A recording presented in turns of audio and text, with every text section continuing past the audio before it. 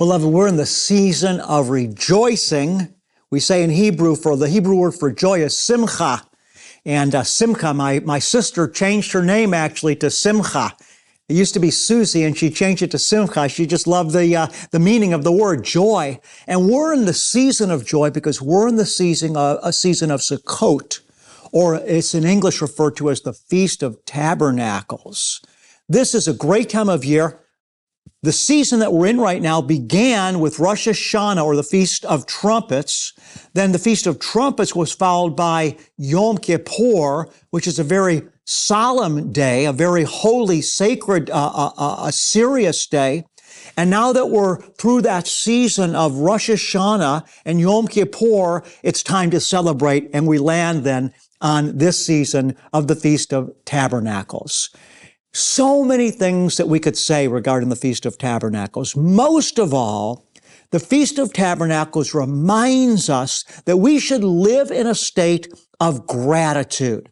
The Lord commanded Israel to live in what we call in Hebrew Sukkot, temporary structures that remind them of the temporary structures that they lived in when they were in the wilderness, tabernacling.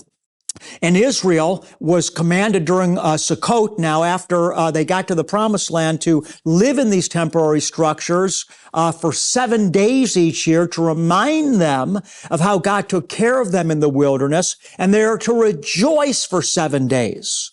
So I want to encourage you and I, as we're bringing this home for application today, we need to be reminded to rejoice. I want to ask you right now, take an inventory of all God's blessing in your life. It's easy to become bitter. It's easy to become discouraged. It's easy to complain. We're in a war against the power of darkness. The power of darkness wants us to complain. The powers of darkness want to discourage us. The power of darkness wants to cause us to focus on the negatives. He wants us to look at the glass as being half empty rather than half full. But we need to adjust our attitude, especially now, because these feasts are given to us to be a spiritual tune-up for us each year. I want to ask you right now to look at your life and take an inventory of everything. I'm talking to you right now. Take an inventory of everything that you have to be thankful for. What do you have to be thankful for right now? I know you've got challenges. We've all got challenges. But what do you have to thank God for? What if God took it away from you? Would you be grieving about? Would you have wished that you would have been more thankful when you had it?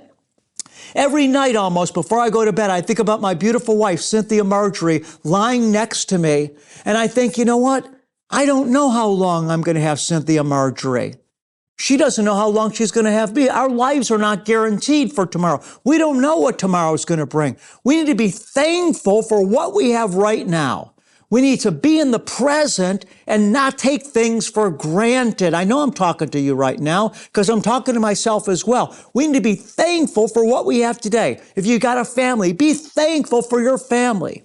If you got a spouse, if you've got relatives that love you, if you've got good food that you enjoy, if you've got shelter over your head, whatever you have, my friend, be thankful for it. And when you live in an attitude of gratitude, you know what? You're going to be happy by focusing on the blessing in your life. Get this pithy statement. Is the word pithy or pithy? I don't know, but one or the other. But get this statement. It's a great thing to remember. A rich man, somebody that's truly rich in soul or woman, is not someone that has everything they desire.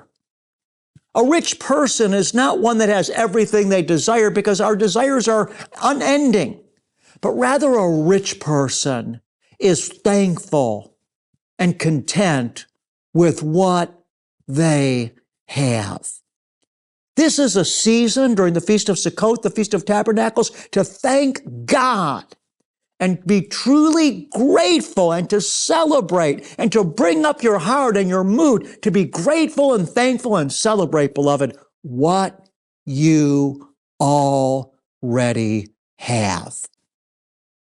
Friends, this is one of the 3 times of year that Yahweh commanded the children of Israel to come to Jerusalem to present a special offering to Him. If you're being blessed by my life and ministry, would you present a special Tabernacles offering to the Lord for discovering the Jewish Jesus at this time? There's directions on the screen. Thank you for your love and your financial support. Beloved, we can't do what we do, giving the gospel to the world, without the financial support and help of viewers and listeners and those that are receiving from the ministry, people just like you. God bless you. Thank you for your love. Shalom.